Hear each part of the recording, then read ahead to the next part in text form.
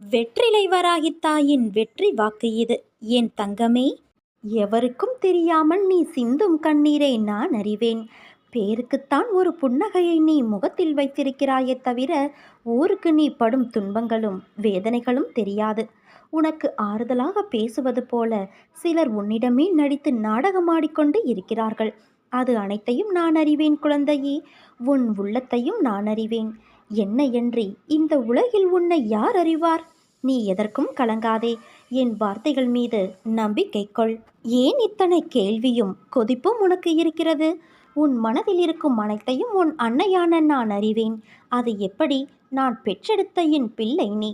உன்னை விட்டு எப்படி போவேன் என்று நீ நினைக்கலாம்? உன்னை வலுப்படுத்தவே நான் வந்துள்ளேன்.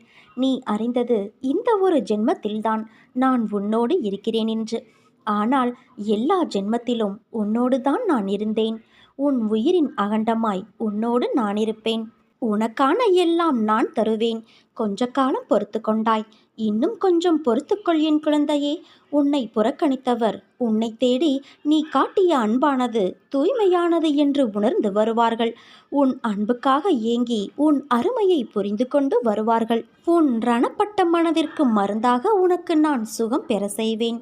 இப்போதுள்ள மனநிலை கஷ்டங்களை பார்த்து மறத்து போய் கண்ணீர் வற்றி இருக்கிறாயல்லவா?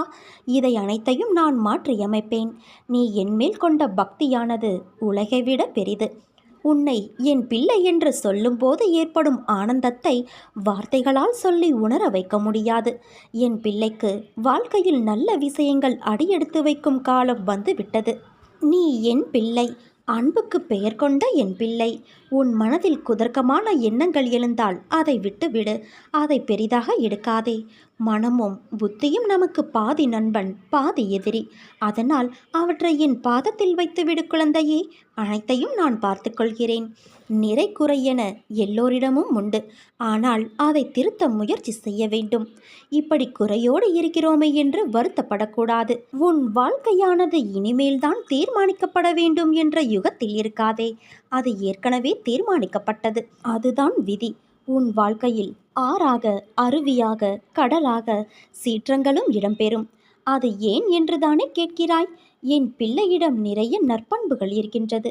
அது நிலைத்து என் பிள்ளை தன்னிச்சையாக மன உறுதியோடு நேர்மையோடு இருக்கவே இத்தனை சோதனைகளும் இடம்பெறுகின்றது. உன் பாதை என்னை நோக்கி என்று திரும்ப ஆரம்பித்ததோ அன்றே நீ செம்மையான வாழ்க்கைக்குள் நுழைந்து விட்டாய்.